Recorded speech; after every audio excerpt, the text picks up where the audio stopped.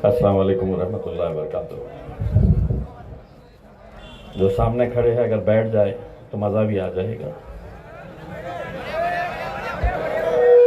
सुनने का भी मज़ा आ जाएगा और मुझे बोलने का भी मज़ा आ जाएगा। मेरे आज इस महफिल में मौजूद मेरे क़ायद जनाब बैरिस्टर असदुद्दीन अवैसी साहब,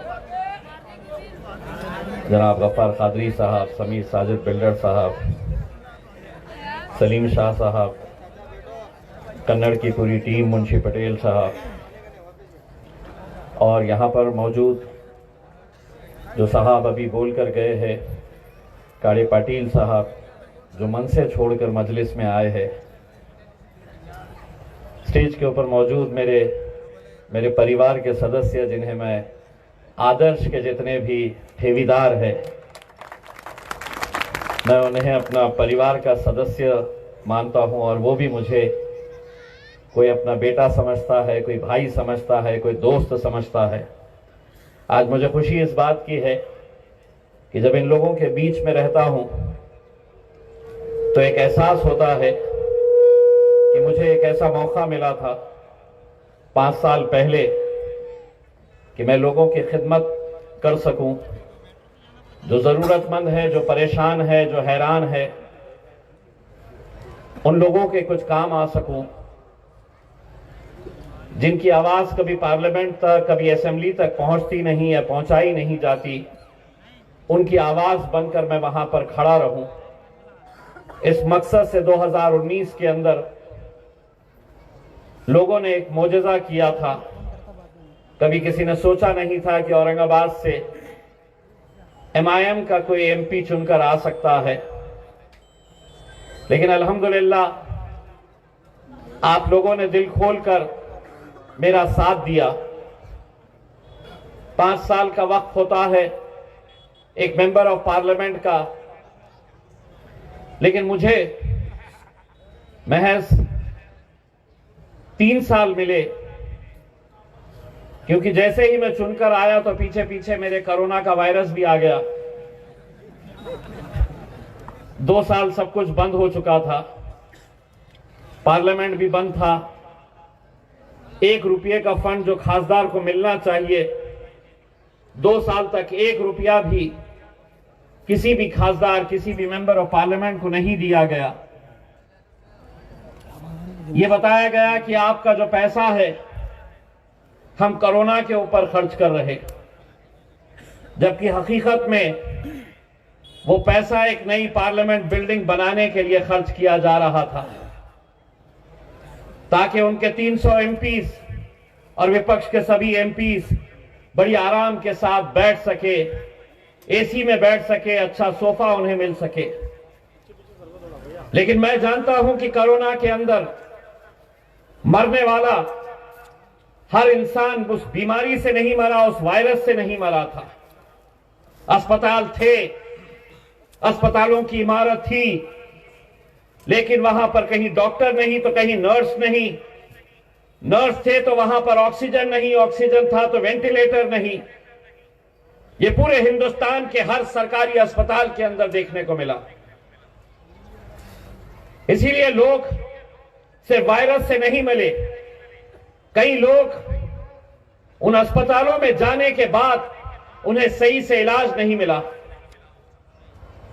मैंने 2 साल ये सब देखा और उसके बाद मैंने तय किया कि मैं देश को तो नहीं बदल सकता हूं, लेकिन अपने जिले को मैं बदलूंगा। मैं वकील नहीं हूं, मेरे पास लॉ की डिग्री नहीं है, लेकिन मैं हाई कोर्ट के अंदर गया और हाई कोर्ट के अंदर जाकर मैंने ये कहा कि मैं एक केस डालना चाहता हूं, एक जनहित याचिका डालना चाहता हूं, एक पब्लिक इंटरेस्ट लिटिगेशन डालना चाहता हूं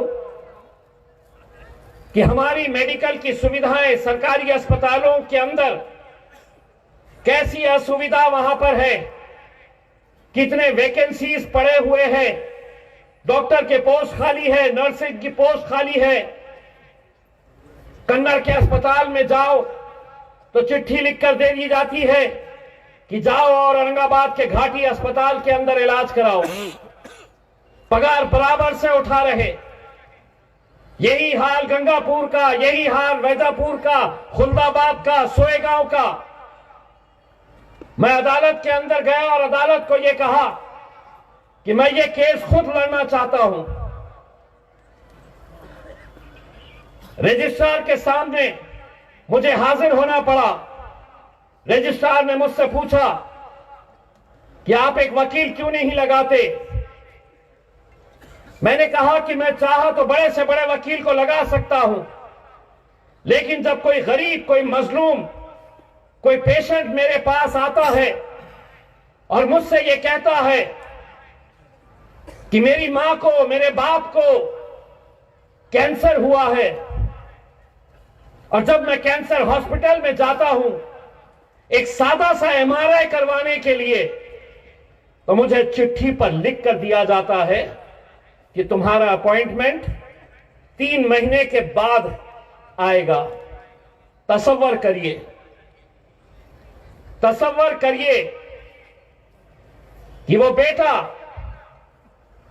या वो बाप जिसका बच्चा कैंसर से पीड़ित है, उसको यह कहा जाए कि 3 महीने के बाद तुम्हारा सिर्फ एक टेस्ट होगा, उसके पास पैसा नहीं, कहां जाएगा? प्राइवेट हॉस्पिटल में जाने की उसकी इतनी इस्तेताअत नहीं, इतना पैसा नहीं, कहां जाएगा?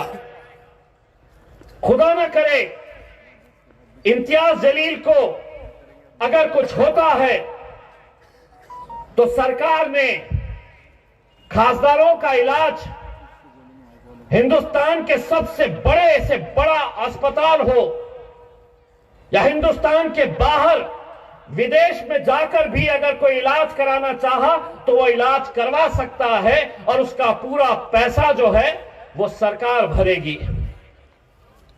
ऐसा सिस्टम है। लेकिन आखिर मुझे खासदार बनाया किसने है? मुझे खासदार इन लोगों ने बनाया है। तो मैं अपने बारे में सोचूं, और जिन लोगों ने मुझे यह मौका दिया कि इम्तियाज जलील हम तुझे वोट कर रहे हैं, तुम हमारी आवाज बनकर दिल्ली तक जाना। दोस्तों, मुझे इस बात की खुशी है कि 2 साल से लगातार मैं हाई कोर्ट के अंदर खड़े रहता हूं। वकील नहीं हूं, लॉ की डिग्री नहीं है, लेकिन जब केस लड़ने के लिए मैं हाई कोर्ट में खड़े रहता हूं, अच्छे अच्छे वकील आते हैं सुनने के लिए और देखने के लिए कि एक मेंबर ऑफ पार्लियामेंट कैसा लड़ रहा है आवाम के लिए, जनता के लिए। इन 2 सालों के अंदर 10,500 मेडिकल की नौकरियां निकली है। मेडिकल के जितने भी डॉक्टर्स की वैकेंसीज थी, नर्सेस की वैकेंसीज थी, क्लास 3 टेक्नीशियंस, 10,500 पोस्ट निकले। और तुम्हें इस बात का घमंड होना चाहिए, फख्र होना चाहिए, जब सरकार ने उसका नोटिफिकेशन निकाला तो उसके ऊपर लिखा हुआ था कि Aurangabad bench of Bombay high court PIL number 47/21 Syed Imtiaz Jaleel versus government of Maharashtra. मुझे मालूम नहीं कितने ऐसे खासदार दावे के साथ कह सकता हूं मैं, पूरे हिंदुस्तान के अंदर वकील तो खासदार हो सकता है, लेकिन एक खासदार जो वकील नहीं है वो वकालत कर रहा है आपके लिए। यह शायद हिंदुस्तान के अंदर पहला केस होगा मेरे भाइयों। 150 करोड़ रुपए की सुपर स्पेशलिटी की बिल्डिंग घाटी हॉस्पिटल के अंदर बनाई जाती है। 150 करोड़, 120 करोड़ केंद्र सरकार से हम लेकर आते हैं, 30 करोड़ रुपए राज्य सरकार से लेते हैं। 150 करोड़ रुपए की पूरी इमारत बनकर तैयार है। एक 5 स्टार हॉस्पिटल बनाया गया है घाटी हॉस्पिटल के अंदर।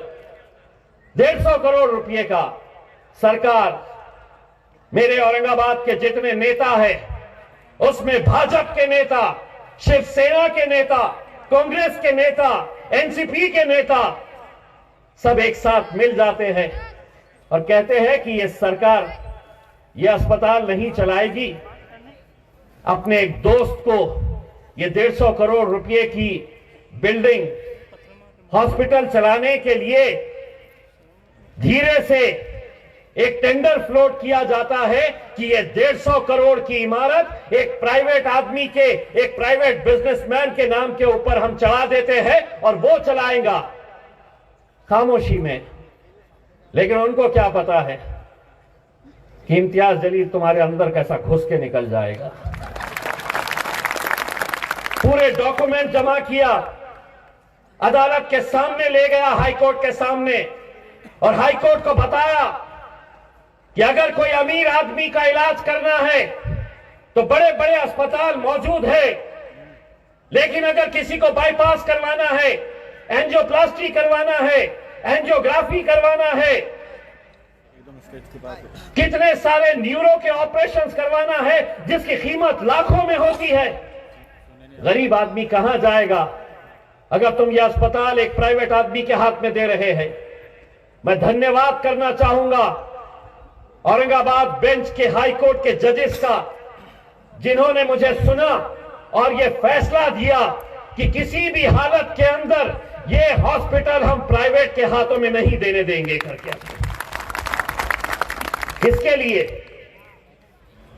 किसके लिए यह किया जा रहा है? मैं अपने उसूलों के ऊपर पक्का हूं। ऐसा नहीं है कि राजनीति में आ गया हूं तो अपने उसूलों के साथ समझौता करूंगा। पाटिल साहब, मैं आपको बताना चाहता हूं, मैं था जब औरंगाबाद को एक 200 बेड का हॉस्पिटल सैंक्शन हुआ 2013 के अंदर, 2014 में मैं आमदार बना, 2017 में मुझे पता चला कि एक 200 बेड का हॉस्पिटल औरंगाबाद को सैंक्शन हुआ है। मैंने कलेक्टर के पास से डिटेल्स निकाली, सिविल सर्जन को बुलाया, मेडिकल के अथॉरिटीज को बुलाया, तहसीलदार को बुलाया और मैंने कहा कि ये 200 बेड के हॉस्पिटल का क्या हुआ। तो सब बड़ी बड़ी फाइल्स लेके आए मेरे पास। कलेक्टर का आदमी कहता है कि साहब हमको जगह नहीं मिल रही है 7 एकड़ 200 बेड का हॉस्पिटल बनाने के लिए। तहसीलदार कलेक्टर को लिख रहा, कलेक्टर सिविल सर्जन को लिख रहा, सिविल सर्जन तलाठी को लिख रहा। 3 साल तक ये खेल चलता रहा, हॉस्पिटल का नाम नहीं। फिर मुझे पता चला कि एक भाजपा के नेता जो भाजपा में होंगे, लेकिन मैं मान कर चलता हूं कि गोपीनाथ मुंडे साहब ये लोक नेता थे, लोगों के नेता थे, एक पक्ष से ताल्लुक था होगा, लेकिन उनका स्मारक बनाने के लिए 7 एकड़ जमीन क्रांति चौक के ऊपर यही प्रशासन ने दे दिया, ये कहकर कि हमारी हुकूमत है, हमारा नेता है, हम 7 एकड़ सरकारी जमीन उस स्मारक के लिए दे रहे हैं।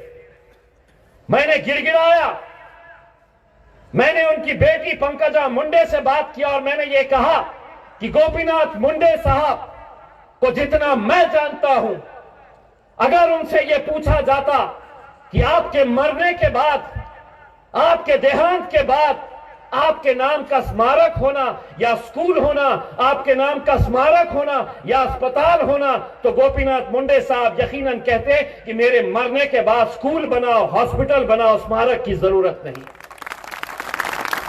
लेकिन कोई सुनने के लिए तैयार नहीं था, क्योंकि राजनीतिक मुद्दा था और उस राजनीतिक मुद्दे को जब कोई नहीं सुन रहा था, मैं दोबारा हाईकोर्ट के अंदर गया और हाईकोर्ट के अंदर एक पीआईएल, एक जनहित याचिका फाइल की और अदालत को यह बताया कि मेरे शहर के अंदर, मेरे जिले में एक अस्पताल चाहिए, स्मारक नहीं। अस्पताल ने बहुत गंभीर दखल ली, उसकी फैसला सुनाया। मेरे भाइयों, तुम्हें घमंड, फखर, गुरूर होना चाहिए कि जिस जगह के ऊपर एक राजनीतिक पार्टी के नेता का स्मारक बन रहा था, आज उसी जगह के ऊपर 400 बेड के हॉस्पिटल का काम शुरू है। मेरे भाई, 400 बेड का हॉस्पिटल वहां पर आ रहा है, 5 मंजिला मुकम्मल हो चुकी है। इंशाअल्लाह अगर आप लोगों का साथ रहा और आपका ये भाई अगर दोबारा खासदार बनकर आया तो अक्टूबर 2025 के अंदर इंशाअल्लाह उस हॉस्पिटल का इनॉग्रेशन इम्तियाज जलील करेगा। किसके लिए? सरकारी हॉस्पिटल अगर बन रहा है तो किसके लिए बन रहा है? और मैंने सिर्फ राजनीति नहीं की, मैंने सिर्फ सियासत नहीं किया। ये जब हॉस्पिटल सैंक्शन हो गया, काम शुरू हो गया, तो असद भाई मैंने एक गुस्ताखी की। मैंने सरकार को, हुकूमत को एक लेटर लिखा, मुख्यमंत्री को एक लेटर लिखा और मैंने उनसे ये कहा कि ये जमीन स्मारक की थी, मैं वहां पर अस्पताल बना रहा हूं, अब इस अस्पताल का नाम गोपीनाथ मुंडे के नाम से रख दीजिएगा करके। कब तक इन छोटी मोटी बातों के अंदर उलझाते रहोगे? ये मुसलमान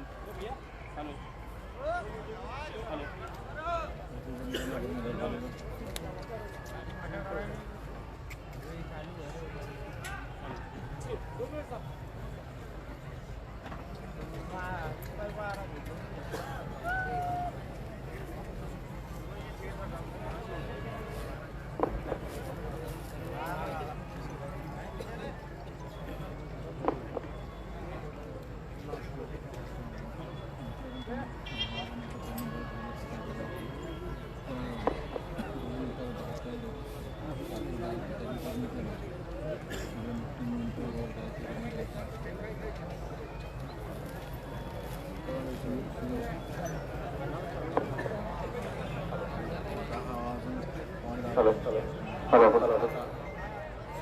हेलो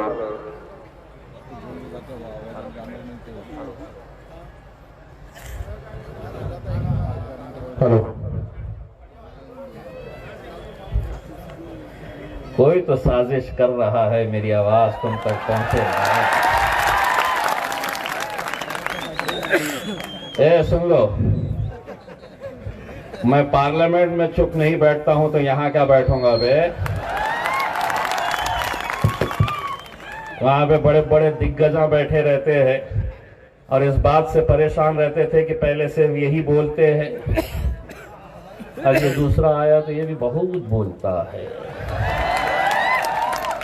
बोलेंगे, जो सच है वो बोलेंगे। मेरे भाइयों, आज मुझे खुशी इस बात की है कि आज अल्हम्दुलिल्लाह जिस जिले के अंदर इलेक्शन जात, धर्म और मजहब के नाम के ऊपर होते थे, जो कभी इलेक्शन लड़ाते थे तो हिंदू और मुसलमान के नाम के ऊपर लड़ाते थे, आज स्टेज के ऊपर मैं जब मेरे इतने सारे हिंदू भाइयों को देखता हूं, मुझे कोई मायना नहीं रखता है कि वो किस जात के, किस धर्म के हैं, लेकिन ये सब आज इम्तियाज जलील के नाम की टोपी पहनकर आए हैं। तो कौन है ये लोग? ये आदर्श घोटाले के अंदर फंसे हुए वो लोग हैं जिनके जिंदगी भर की कमाई किसी एक पद संस्था के अंदर डालते हैं। 200-250 करोड़ रुपए लेकर उस पद संस्था का डायरेक्टर, चेयरमैन, पैसा इनका ऐश वो कर रहा, अपने महल बना रहा, अपनी गाड़ियां खरीद रहा, अपनी प्रॉपर्टी खरीद रहा। पूछो इनसे, और इन जैसे न जाने 60,000 ऐसे जो ठेवीदार थे, जो डिपॉजिटर्स थे, सबके चौखट पे गए, सबसे गिड़गिड़ाए कि हमारे जिंदगी भर का पैसा इसके अंदर लगा हुआ था और एक दिन अचानक हमें बताया जा रहा है कि तुम्हारा पैसा गया, पद संस्था डूब गई। मीडिया को मैनेज किया गया, पुलिस को मैनेज किया गया, डीडीआर ऑफिस को पूरी तरीके से खरीद लिया गया, मंत्री से लेकर संतरी तक सबको पैसा पहुंचाया गया। कोई सुनने के लिए तैयार नहीं था। आखिर में जब ये लोग मेरे पास आए, एक बूढ़ी औरत जो मेरे दादी की उम्र की हो सकती है, वो जब आई मेरे पास और गिड़गिड़ा के रोने लगी, मैंने उसे वादा किया कि तुम्हारा पैसा मैं ला कर दूंगा। मैं आपको इतना यकीन दिलाता हूं और इन लोगों को यह यकीन दिलाता हूं कि हिंदुस्तान के अंदर कितने बैंक्स डूब गए, कितनी पद संस्थाएं डूब गई, लेकिन आदर्श का एक घोटाला 200 करोड़ रुपए लिया होगा, बहुत बड़े बड़े पॉलिटिकल कनेक्शंस, सारे मंत्री, सारे आमदार, खासदारों को जेब में रखने वाला, ऐसा लग रहा था, उसे यह समझ में आ रहा था कि मेरे पास इतना पैसा है कि मैं किसी को भी खरीद सकता हूं। लेकिन उसे यह पता नहीं था कि बाजारों में कुत्ते और बिल्ली बिक सकते हैं, शेर के बच्चे बाजारों में बिकते नहीं। पूरे के पूरे कहां हैं? जेल में पड़े हुए हैं, हरसूल जेल के अंदर। जिंदगी में कभी सोचा नहीं था होगा उसने कि मेरा भी ऐसा दिन आ सकता है, इनको तो मैं लूट सकता हूं, लूट के मजे भी कर सकता हूं। लेकिन उसे क्या पता था कि एक दिन तेरा पाला इम्तियाज जलील से पड़ने वाला है। बहुत कोशिश किया, बहुत हथकंडे, किसी ने डराने की कोशिश की, किसी ने खरीदने की कोशिश की। लेकिन मेरे भाइयों, मैं आज यकीन के साथ कहता हूं कि हिंदुस्तान का यह पहला केस रहेगा। और जितने भी लोग, मैं इसे सियासत की, राजनीति की नजर से नहीं देख रहा हूं काका, मैं आपको यकीन के साथ कहता हूं, आप मेरा साथ दे या ना दे, लेकिन मैं आपको यकीन दिलाता हूं कि आपका एक एक रुपया वापस लाने की जिम्मेदारी इम्तियाज जलील उठाता है अपनी संगत। क्योंकि मुझे इनका सिर्फ आशीर्वाद भी मिल गया तो मैं बहुत दूर चला जाऊंगा इंशाअल्लाह। मेरे भाइयों, आज आपको मालूम होगा, अच्छी तरह से आप समझ गए होंगे कि सारे के सारे पूरे इकट्ठा हो गए हैं।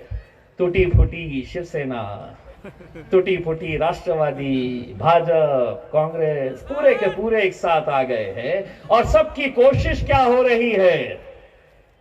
सब यही कोशिश में लगे हुए हैं कि इसको कैसे गिराया जाए।